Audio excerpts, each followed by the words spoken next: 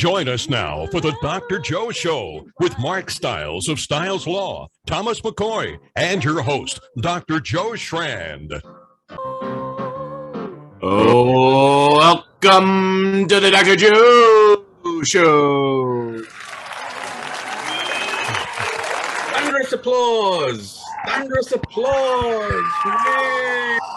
Whoop, whoop, whoop. Thank you, Mark. That was a real nice one, real good one. Yeah. Especially, I mean, are you not winded? I mean, you're practicing for Pam Mass. I mean, practicing. Yes, I'm constantly practicing. I'm working towards the goal of not being tired out there. Yeah. So we went out there in a little heat wave today to see how we're doing on our hydration skills today. Crazy. When is the actual race? 2 weeks. Well, it's not a race. And that's not a race. True. Let's be careful with our words, right? It's very a ride. Very important. Technically, it starts 2 weeks from Saturday, but as I've mentioned here before, we are doing what's called Day Zero. Yeah. The day before Pan Mass, we're going to go out to the border of New York and ride into the beginning for the day before. And how can people donate to this cause? PMC.org. And then you can search for your favorite rider. One named Mark Stiles would be honored to accept your donations. But PMC.org, very, very, very great organization. One weekend a year raises more money than any other event in the nation. One event, one. What are you writing for, Mark? We are writing for Dana-Farber Cancer Institute. So we're writing to eliminate cancer from the planet. And they raised around $60 million last year. So I think the goal is north of that. And we're really excited. So I've got a $20,000 goal this year. I'm scratching the surface right now, but we've got a big push. So we've been doing some social media campaigns and doing some fun things. We're doing an event next week, and we're going. I mean, the goal is to eliminate cancer from the vocabulary. Well, get your riding gear on, because I used to do it, and I did it extensively. I raised hundreds of thousands for Leukemia and Lymphoma Society, and I was a trainer and trained people, and I did 18 events. Wow. So at 100-mile rides. So, fantastic. But you know how many miles you ride before you actually ride. So the reality is 26 weeks to training to get tuned up. You got lots of road time. Oh, yeah. It's a road time. My eldest son has chronic myelogenous leukemia. So I know what it's like to do that. So congratulations to you. Good luck with your ride.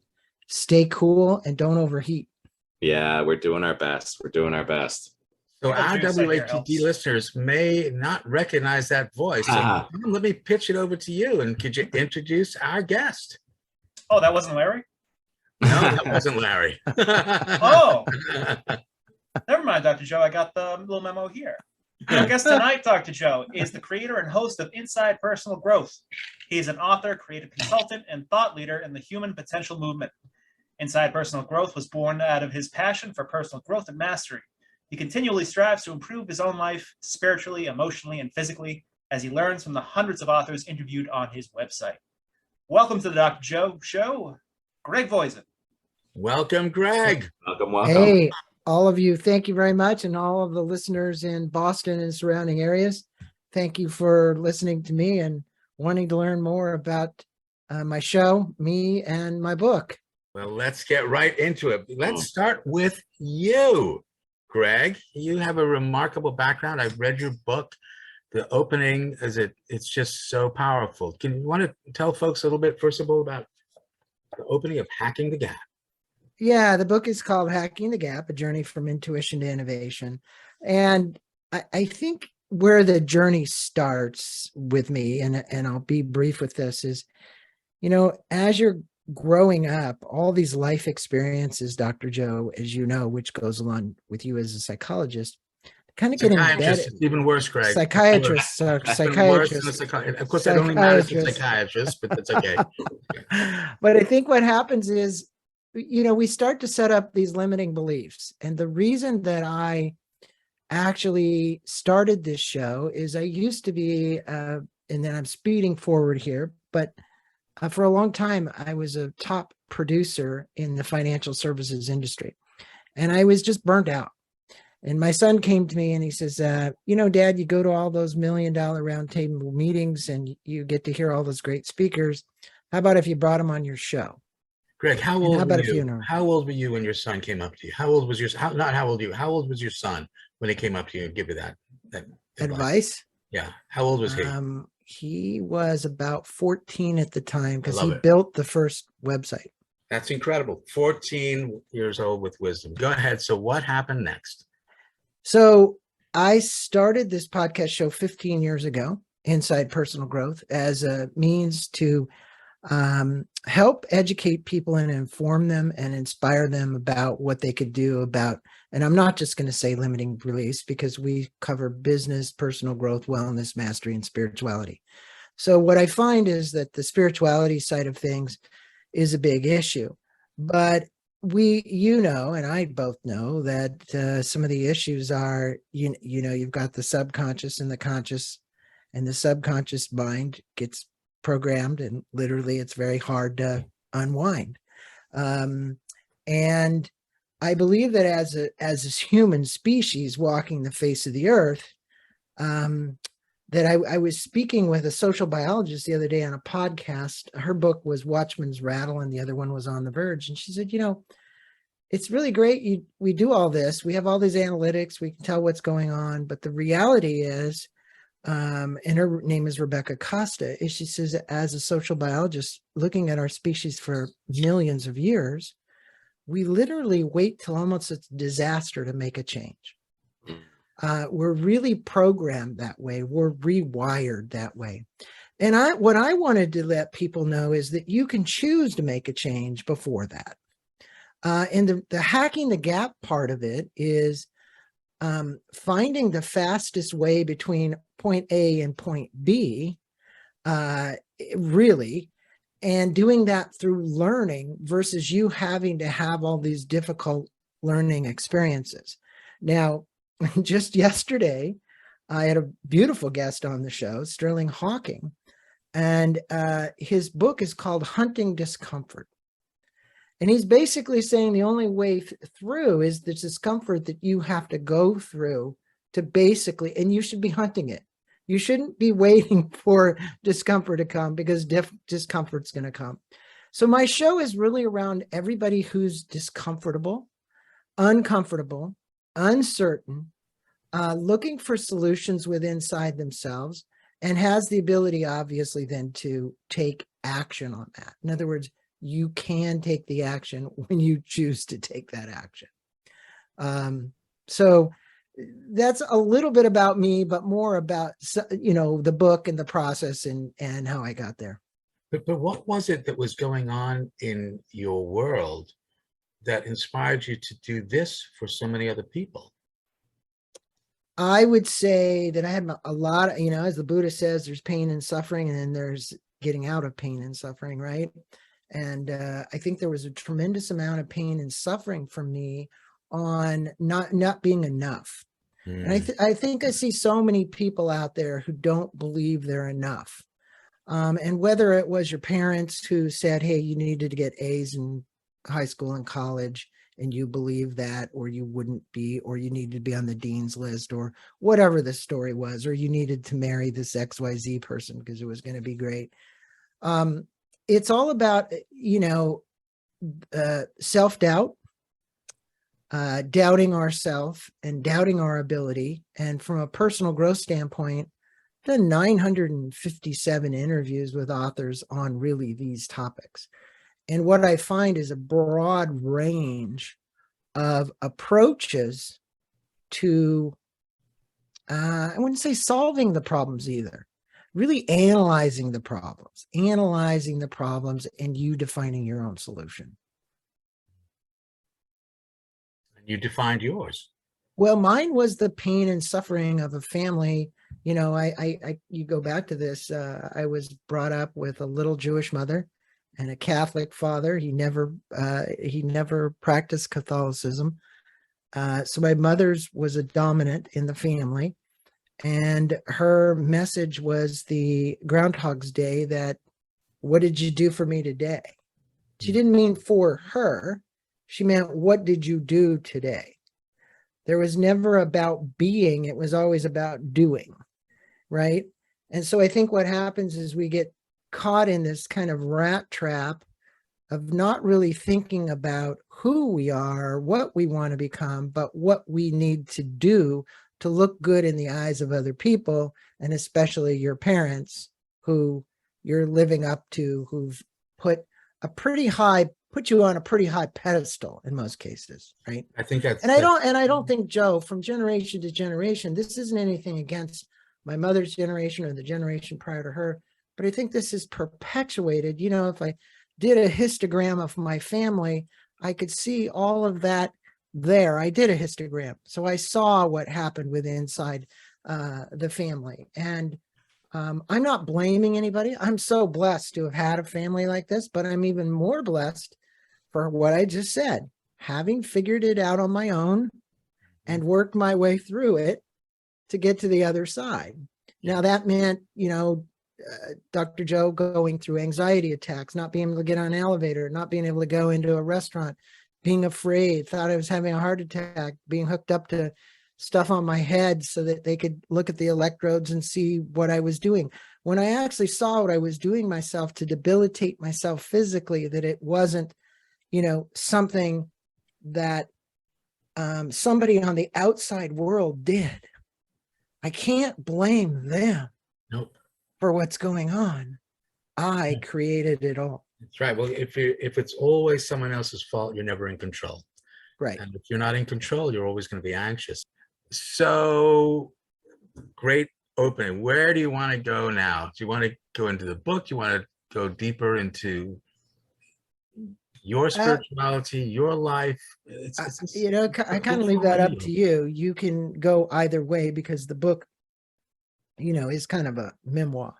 Yeah. It isn't. It's really a lot of instructional design on what you can do. But for the most part, there's things that I advocate doing that I believe will help people out of pain and suffering. Yeah. Yeah. I always wanted to write a book like that, called a self-help book, a memoir. It's like, because that's what you've done, is you really have taken the examples of your life and really shown how you then move with that to another position. But you and I were on the same page with this. But what writers always say is, if if Mark was sitting next to me in a movie theater, he'd want to hear the story that, like, we're friends. We just sit there and we talk to one another, right? And I believe a podcast show is the same. Every time I address my audiences, I'm saying, you're with me. I don't put me on a pedestal. I'm equal with you. Yes, I've gone through some things. Maybe you can learn from these. Maybe you can't. I'm happy to share it with you. Yeah. Well, this is what we're talking about now with lived experience. Everyone has it. There's just some people who've had more trauma during it or not, but we've all had lived experience. This is our life. In all fair, you were talking about a new book that you're working on, Greg. So tell me about that. I'm really excited about it. Actually, I've been so blessed to meet so many authors along the way. A lot of them have said, "Hey, Greg, will you help me write my next book?" And this one is Life on the Precipice, and it's a story of a gentleman who's climbed the highest 7 summits. And I think that all of these peaks that we get to as people come with challenges, right? So he's climbed Everest twice. He's climbed all the highest 7 summits in the world.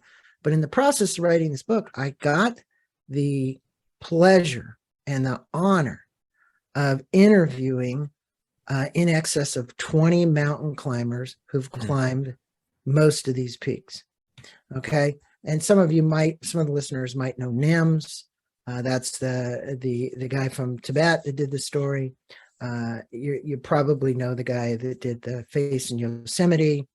We had, so you look at these people, and I said, it's interesting how they look at life, Dr. Joe. They're not intentionally going out after death. They're intentionally going out because they're curious and they're explorers. but they say you only live life when you face death. So in other words, when you get to that precipice, when you get to that peak, for me to make it up there, and you'll hear this again and again and again, they say, we're not saying we're advocating the death, but we're so drawn to the mountains that the mountains call us to keep getting to the top and exploring. And I think that's about personal growth as well. The journey that you take from birth to death is your journey.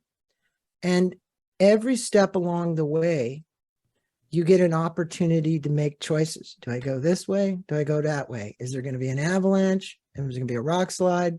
Am I going to fall? Whatever it might be. But, it's in the end, you'll hear this from them too, because their lives are so rattled with trying to find balance and harmony. They're away from their families for long periods of time. Lots of divorces, lots of challenges, not really being able to manage that well because this calling from the mountains is so strong that they just leave. They just go. It's almost like they blank out and go, well, I'm going to leave you again. We're going to take care of the family. I'm off to go climb the mountain, right? Another 6-month expedition. So I found it fascinating. I'm finding the whole thing fascinating because the insights that are being received as a result of this gift I was given by a gentleman by the name of Beau Parfait, it just correlates so much to personal growth and to my book, Hacking the Gap. Everybody on that mountain is trying to find the shortest distance between 2 points with the least amount of pain and suffering along the way to get to the peak. It's an incredible metaphor, but it's interesting, given your interview with the sociobiologist. The sociobiologist is saying that many human beings are incredibly cautious and they don't want to make a change until they absolutely have to adapt to a new environment. Mm-hmm. And yet that can absolutely cripple us if we are waiting for the environment to influence the changes that we make. Well, the juxtaposition is you get a lot of people that sit on their butt and you get a lot of people that mountain climb. Yeah. So you have to say it physiologically, if the endorphins are being released chemically within inside of me as a result of the activity. So here you have Mark, he's going to go do a bike ride. You can't tell me that bike riding doesn't release tons of endorphins, because it does. Because what happens is you get out, you have nothing else to think about, you're on the road, and you're literally one with yourself. It's a meditation beyond any meditation in the world. You can go Do-Chin, you can tell me everything about meditation. I've spent more time on a cushion as much as anybody. And I will tell you, riding my bike is more meditative than sitting on the cushion. Okay. And the reason is sitting on the cushion is not providing me with the same endorphin.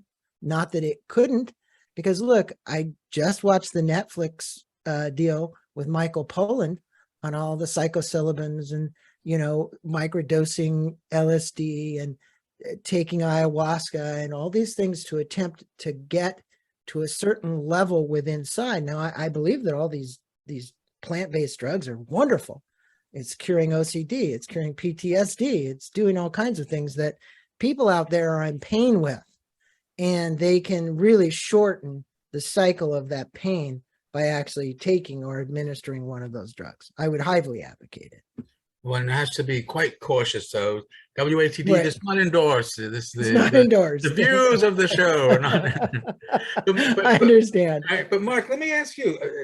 Do you relate to what Greg is talking about with the meditative aspect of cycling? Yeah. So, I mean, the reason I'm there is I'm more of I always say I'm a fundraiser, not a cyclist. I'm a fundraiser who happens to ride a bike. But over the years, I'm totally engaged with what Greg's talking about, because there's something about riding. You see things that you would never see in a car. You'll never see jogging, right? Jogging, you run 3 miles and you run a circle and you see the same things every time. Maybe you run 5-7 miles, but here you're riding over the course of training hundreds and hundreds of miles in random places. And it's splendid because you really realize what is out there, and it is meditative. There's no question about it. If you're in that zone and simply pedaling and looking around, it's quite relaxing.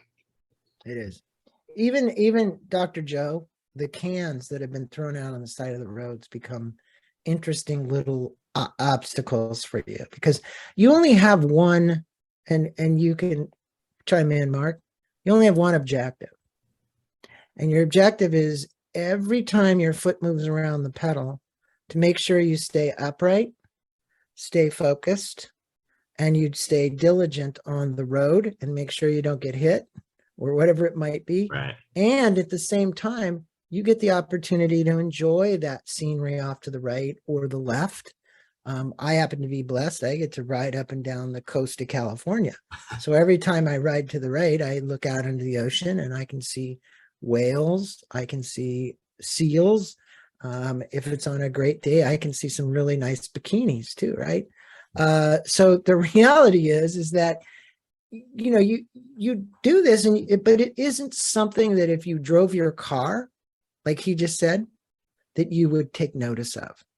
But because the bike doesn't go as fast and you're exerting energy, lots of energy, to make this happen, whether you're climbing a hill or you're doing whatever, it becomes extremely meditative. Agreed. And then how do you use that exercise, that meditative ability, and translate it into your workday? How do you take that, what sounds like peace and calm and awareness and vigilance and, you know, just being tuned in? How do you then take that and use it in work? And is that part of hacking the gap as well? Yeah, well, there's prescriptive and there's takeaways in the chapter. Anyone who gets the book can read that. There's a lot on meditation. There's a lot on silence. There's a lot on contemplation. When I say a lot, I mean there's much written about the things you can do. So if we are going to be doing beings, let's do doing beings, which is helping take us to the highest level of consciousness as a soul we could, to transmute whatever level of pain. It also allows you to get tremendous focus. I mean, you know, Stephen Kotler's been on here, The Art of Impossible, all these books that he's written and done studies on this. And he'll say, look, you know, Mark does it, I'll bet, for two reasons. One, he's out there raising money, and that's a cause beyond himself. So he has a purpose. But he's also curious. When you start with curiosity, it leads through a series of things to purpose, and I believe that it does. And most people who have high levels of curiosity.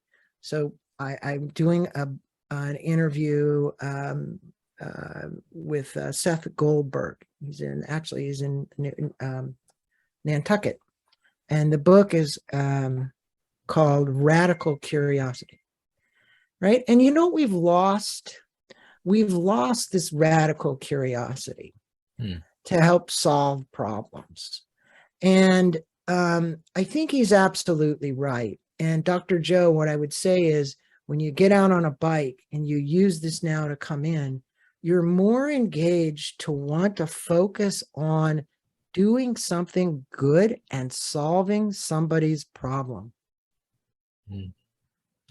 Well, that radical curiosity, it would be nice if we could regain that. But what is really terrific is many of our sponsors are radically curious about their thing and how they can help you. So, Tom, what about you? What's your meditative state? What do you do? I like really long walks. So in my town in Marshfield, which we all live, as I have about, I think it's about a 10-mile walk between my house and this area called Green Harbor. And I actually lost 80 pounds over the first winter, the winter of 2021, mostly by walking like 2.5 hours every night. And it's like, especially in the winter, it's super peaceful.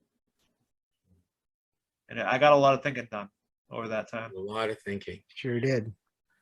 You know, I think somehow examine is gaming meditative, or are you just too tuned in? Oh, sure, can be. I think if it's like a game you're familiar with that you can play to relax, you can really tune out. Some games you'll play, like Minecraft, for example. That's a great game to like listen to podcasts to. There are some that are very story driven. But yeah, I think games like Tetris or something, I think like people will play that exclusively to relax and clear the heads. Oh yeah. And yeah, and I think Dr. Joe, he's absolutely right. You know, that walking to release 80 pounds was a tremendous thing to do, but more importantly, the time he got to think about everything else, because you actually get to change your actions as a result of that deep contemplative thinking. You know, where you may want to go with this is the intuition. Yeah. That might be a good place after this commercial's done to like plug off into, you know, well, you have a way to help people get from intuition to innovation. How do they do that? Right. And we cold kind of maybe do a little round robin on that. I think that'd be great. And I think I wrote to you, you know, one of the things that I teach all my students is intuition is the precursor to technique. And we are back.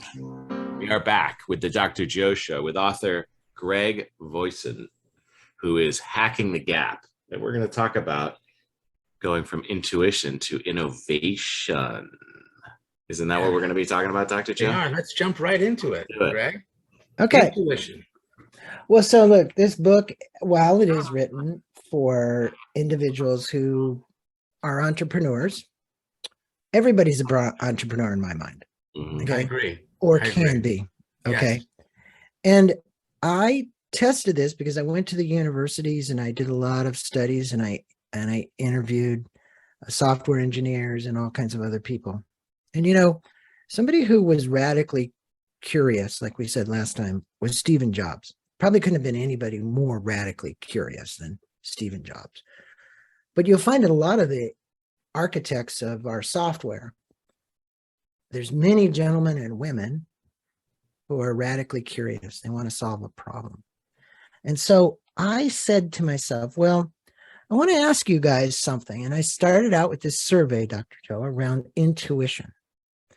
Well, do you believe that you use intuition to create the software? Do you believe you use intuition? Where did this intuition come from? And I'd get some people that would just light up and go, yeah, I got intuition. I get other people, no, it's too scientific. There's no intuition. I don't believe in intuition. I was like, well, really? So did you ever have a feeling? Did you ever get a sense?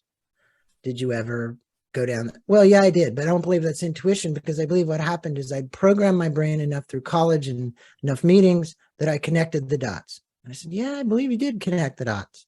But sometimes you connect the dots and you're missing a dot. Where did the dot come from? Well, I had this epiphany. Oh, so you did have some little epiphany about how you might redesign something to make it. So here's for the listeners. And there's a little graph and chart in the book. Dr. Joe knows this. You know, I believe it starts with intuition. It's listening deeply. We just talked about that. You know, Mark's going on a bike ride. Thomas is doing long walks. He's listening deeply, right? And there is a voice that speaks to you. People would say, oh, Voisen, you're crazy. And, you know, you hear these voices. Was that a pun? Yeah, exactly. Right. Yeah. And then the second thing is, I think from that, you get an insight. And the insight is really, I call it the aha moment. There's a lot written about insights. There's a lot written about intuition. But when that insight now is like, whoa, I have an idea. I have an idea for that iPhone. Steve Jobs, right? How many of you know he used to use the tone on the phone? Probably Thomas does. And he used to go in payphones and he used to hit those numbers. And he started with the tones that the phone would make. You know, you'd go, dot, not, you know, when you're hitting it. So, and he used to scam the phone company because he knew how to do it. He was that smart. That's how he was making all kinds of calls without ever paying for them. So he had this idea. And here's the point.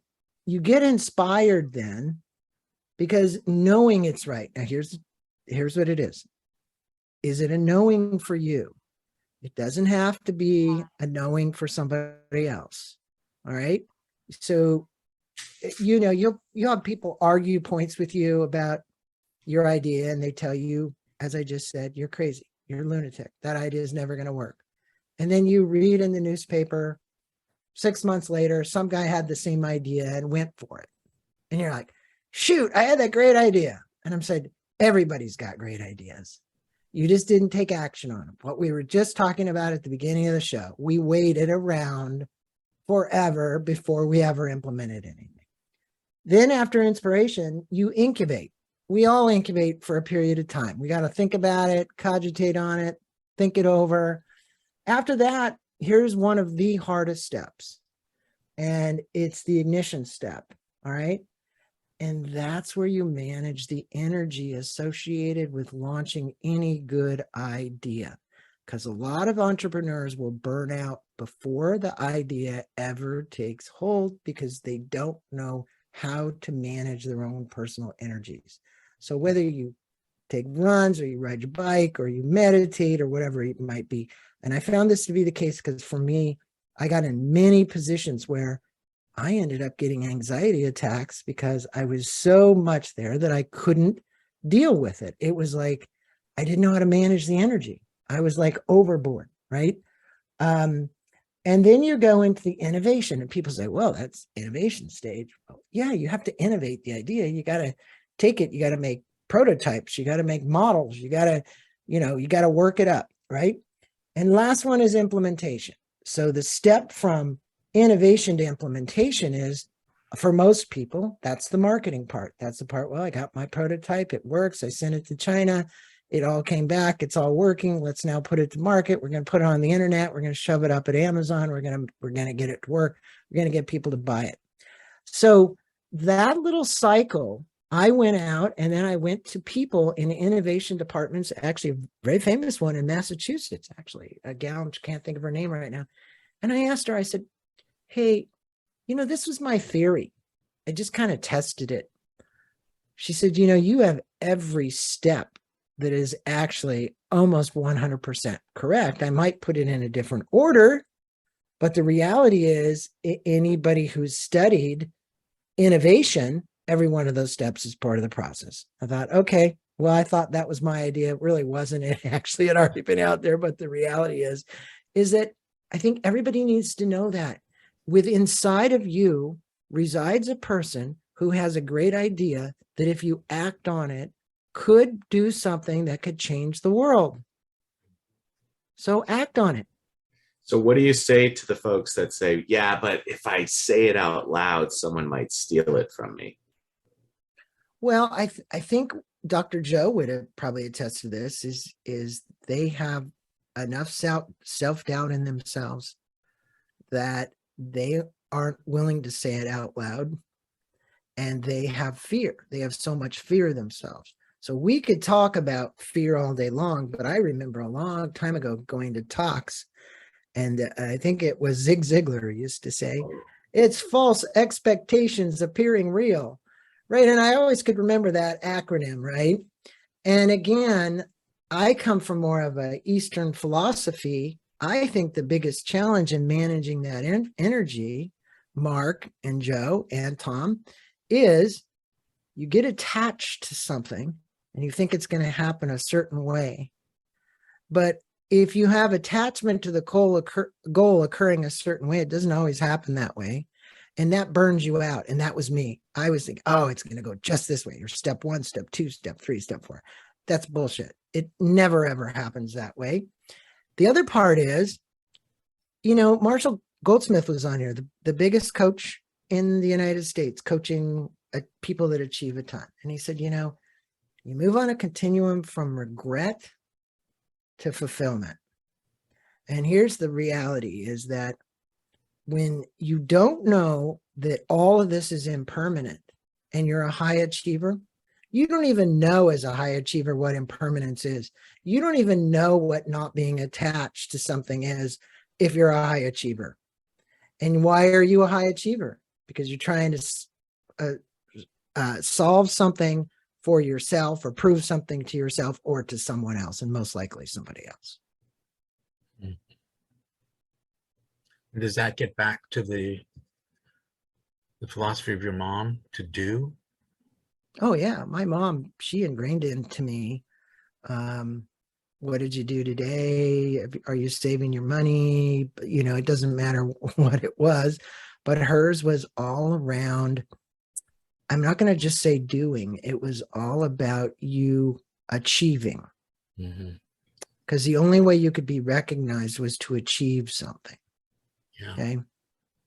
And I think, you know, that also haunts a lot of people, doesn't it, Greg? That some people, they feel they're imposters. They feel that their achievements are just shams to other people. And yet, we're all at an IM. We're all doing the best we can at every moment in time, the potential to change. And to back to that intuition, one of the things that I like to say is intuition is a precursor to technique. You know, we have these intuitive things to do. We just sort of instinctively do something. It's our intuition with this. But once you know why you're doing it, you can do it at any time. You can make it a technique. And to go back to some of your other things about the innovation and being able to see this intuition, this picture.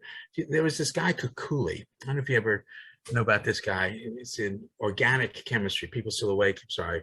But in organic chemistry, there was this problem with this molecule, these carbons, 6 carbons that didn't make sense at all.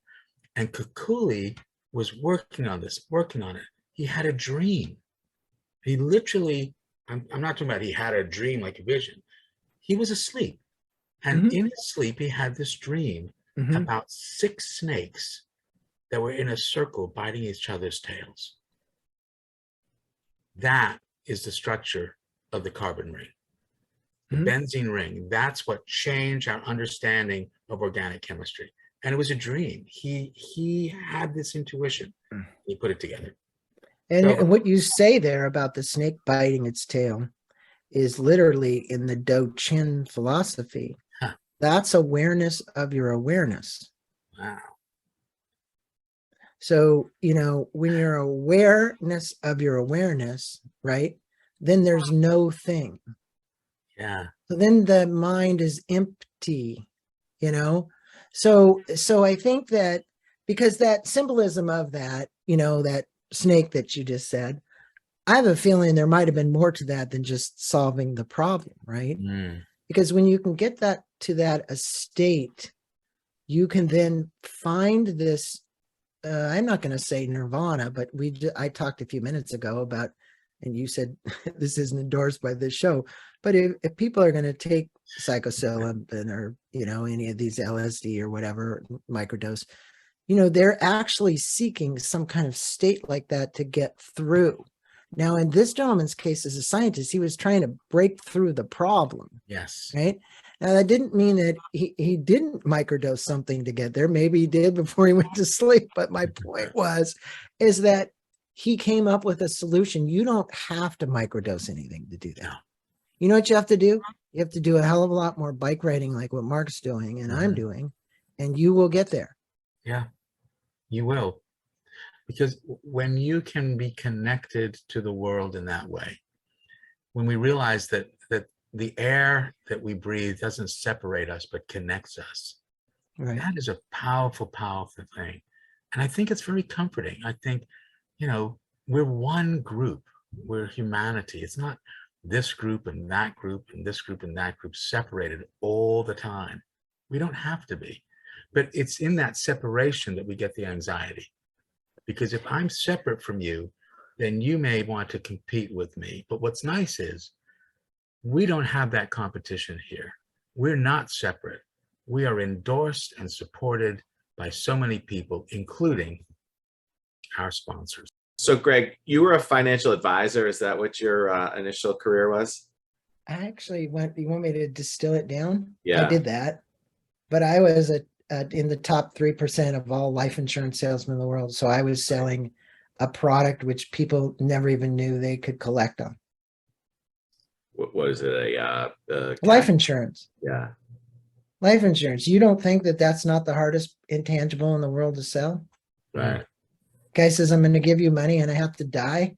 Right. Well, were you selling it as an investment vehicle with some of the cash value? And I sold whatever was important. I think what you realize is that a lot of people in the $1 Million Roundtable, what we realized is that there was nothing less expensive to leverage your ability should you predecease your heirs. right. And if you get that and you say, hey, look, I have a wife, 5 kids, they're going to have to carry on if a bus hits me tomorrow or whatever.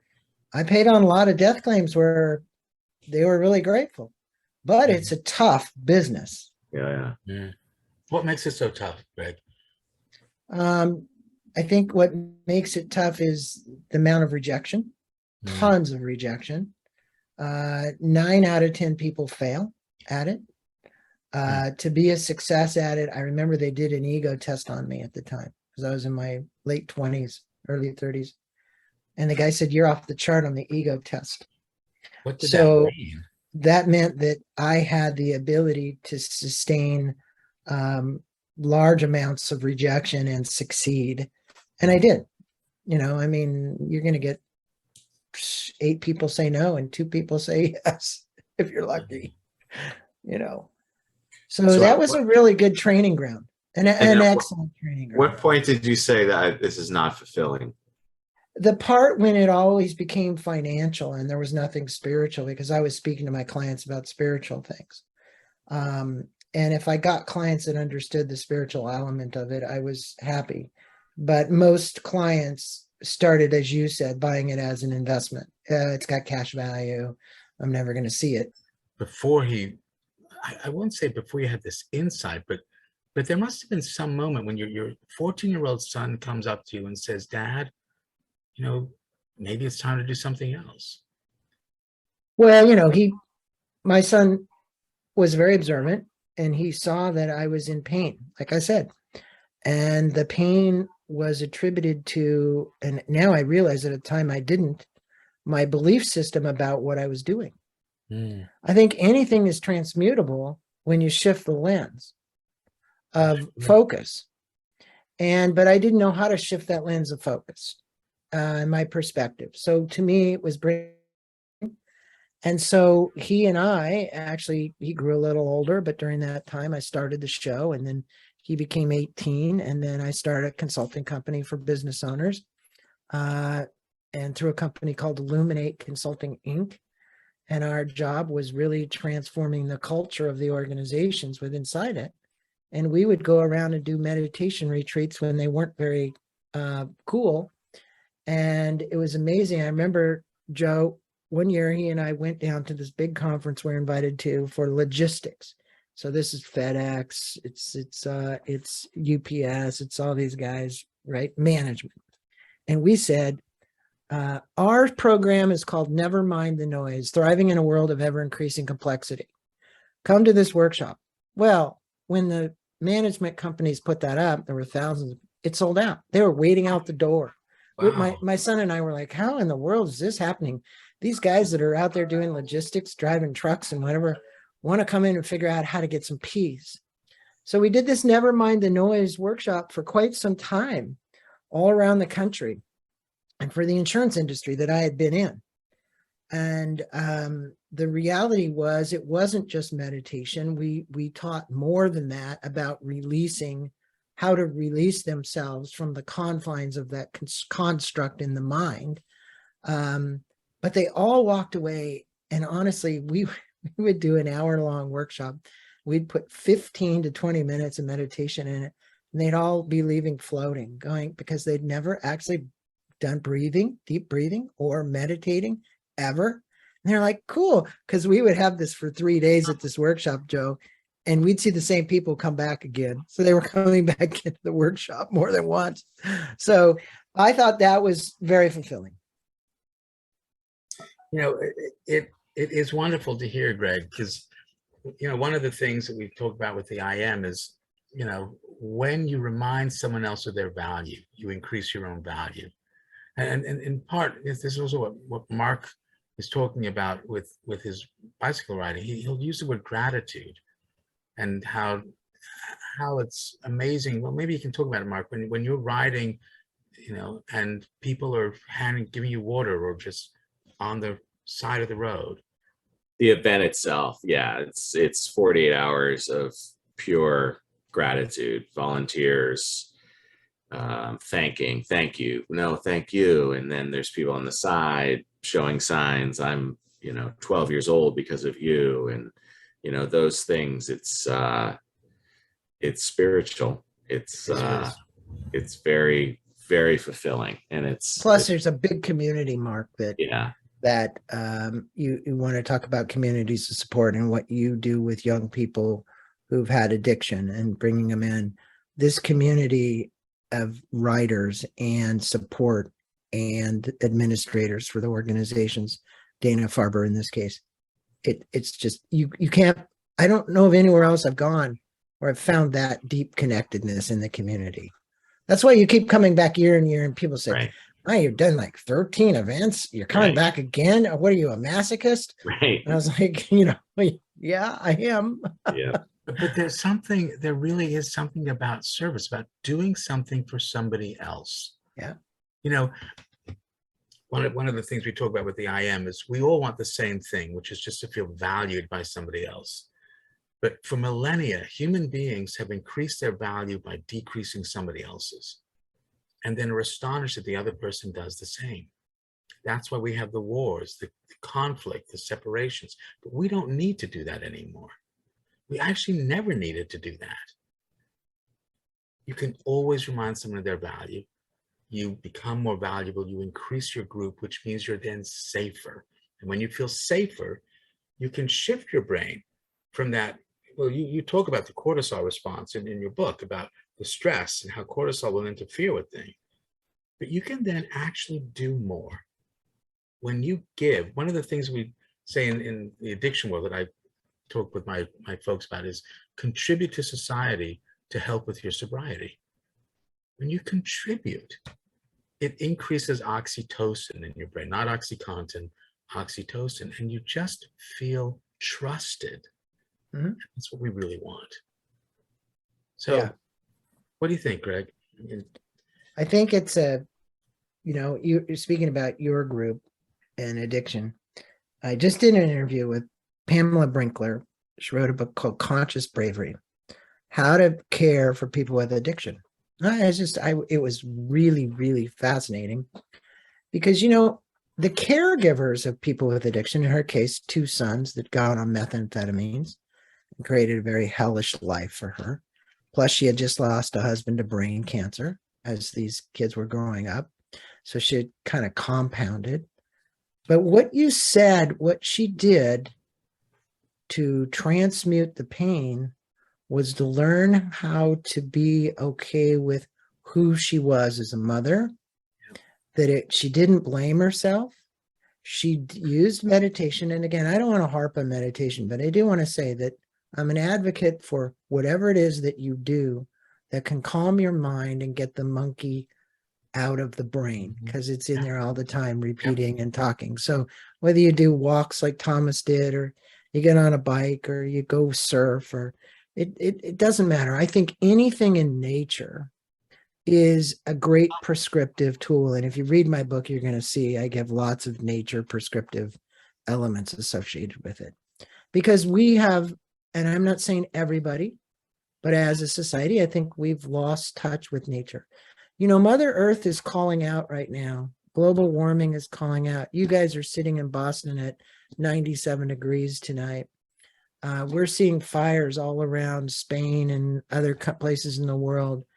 And you can't tell me that there isn't a revolt as a result of this from the earth saying enough is enough, right? And so I hope as a society, we all can come together and find solutions for these problems. And in the process, I hope we all learn how peaceful we can be as a society along the way, because we do not have to have this insane conflict in Ukraine and Russia and what's going on. Not that it's the only one. Like, I can go back in history and We can name hundreds of these stupid wars that have occurred. But I couldn't agree more. And you know, that's what I also hope when people read the book, because intuition to innovation and beyond, it's more than just your business. It really is how we approach our world right now. It is time. You know, Greg, the I am approach, we talk about the 4 domains. We're doing the best we can in response to your home domain, your social domain, the biological domain of your brain and body, and the I see, how I see myself, how I think other people see me. Because these domains interact, a small change in any domain can have a big effect. You don't have to change everything. So Greg, given what we're talking about tonight, what small change can you recommend to our listeners? I think one of them is intention, setting your intention to do something for yourself and someone else. You know, my show, you know, you made a contribution. I decided that every dollar that came in from the authors is going to go to the homeless. And so I walk the street with gift cards and I give it out to the homeless. And when it gets cold enough, I give them socks and hats and I do whatever. Now, I couldn't tell you how many of those people are drug addicted or how many of them are just bad on luck, but I have interviews that I've done with them. And I would tell you, 80% of them are not drug addicted. Right. They're literally just there because of some bad luck, Yeah. some circumstances and events that they didn't know how to deal with, and they didn't have what you and I are talking about right now, the I am. Yeah. Okay. Yeah. And if they did, they probably wouldn't be there. So give them an opportunity, give them a chance. Yeah. And it's so, it's not about morality, it's about mortality. It is just the way the brain works. This isn't a moral issue. But the second truth of the I am, everyone is interested in what you think or feel about them through that I see domain. And that has effect on their biological domain, because you know it feels different when you feel respected or disrespected. You're part of someone's home or social domain. So the second truth, you control no one, you influence everyone. You get to choose the kind of influence you want to be. Greg Voisen, what kind of influence do you want to be? I would say that the influence that I want to have is compassion spread to everybody that I live, work with. I understand I'm not perfect. There are times, look, you got to look at yourself. You get angry, you get upset at things.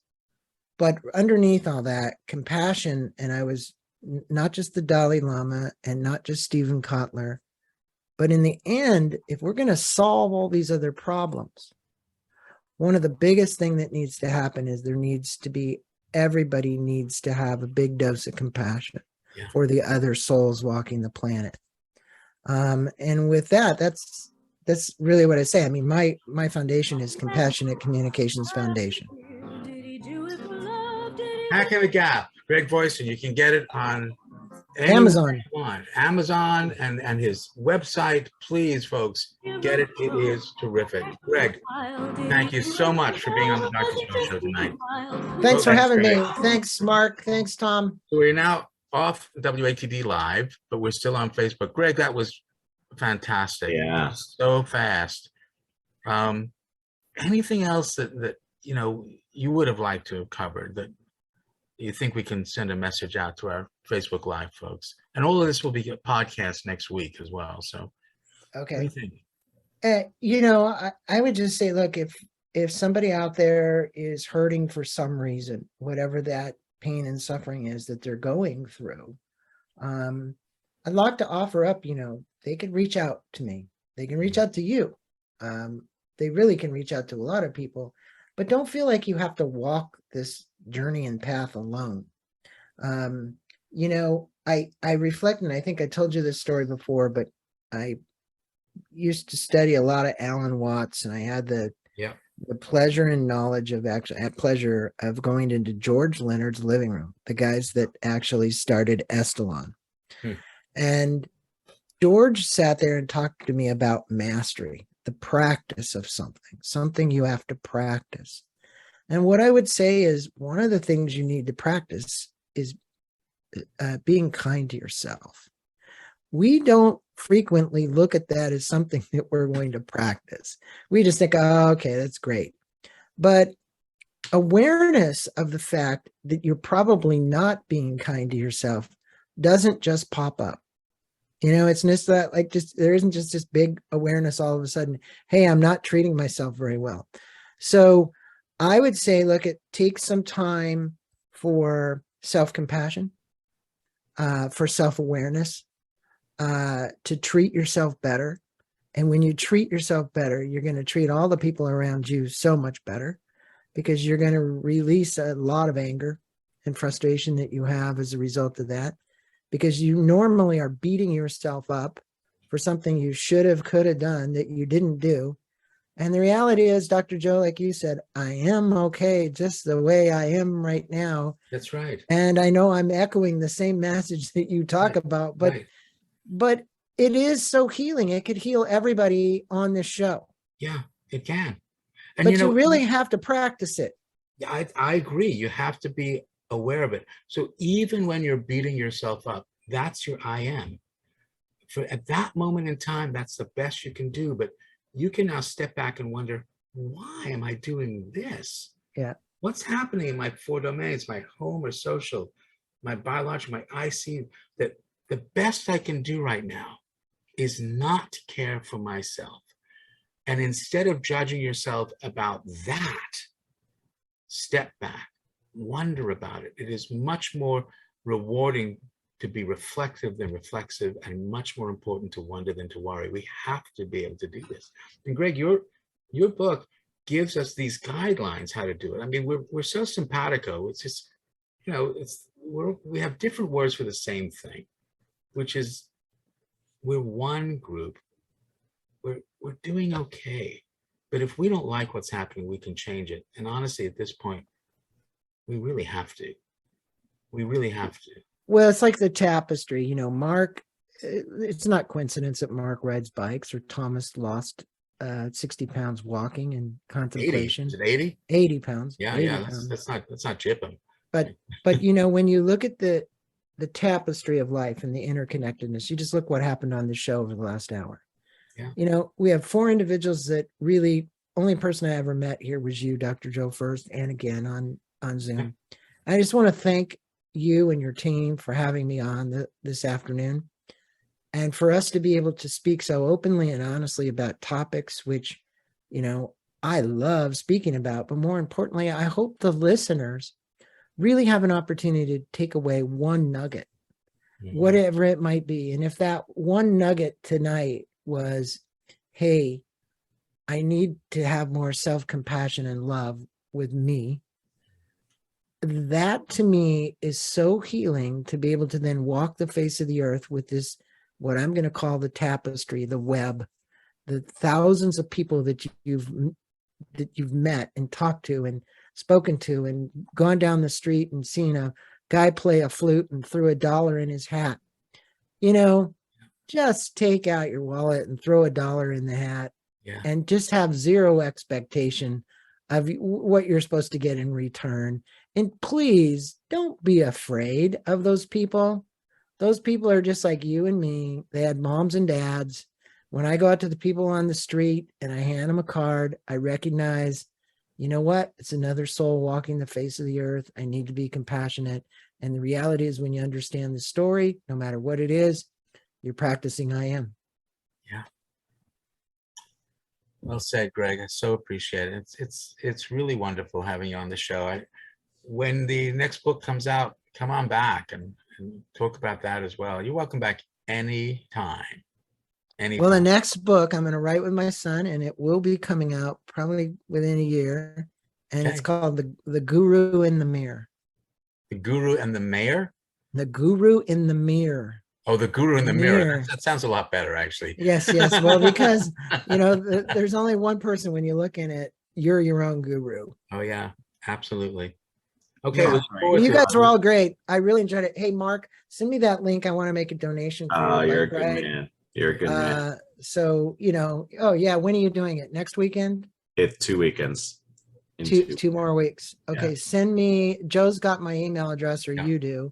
Yeah. Make sure you send me the link so that I can make a donation to the cause, and how many miles are you riding? So the actual ride is 192. Okay. 2 So days. 2 days, about 100 miles a day. Yeah, and we're throwing an extra 100 on the beginning, so it's basically 300 miles in 3 days. Oh, so you're doing, that's a hot damn, man. Yeah. So who's throwing the 300 on? So we're throwing an extra 100 on the day 0 we were talking about. So there's day 1 and 2, it's 100 and 100, and then day 0 actually gets us to the true border. So it's pan mass, and we always thought we're not really doing the whole state. So we're going back to the border and going to do the whole state. Well, it doesn't surprise me you're doing it. My blessings to you. My energy will go with you as you pedal each pedal and stroke. I know what it's like. Enjoy the ride, my friend. And more importantly, enjoy what it is that you're doing for others. Yeah, I am. And thank you for that. I appreciate that very much. Oh, you're welcome. Thanks, Craig. Joe? All right. We'll be chatting soon.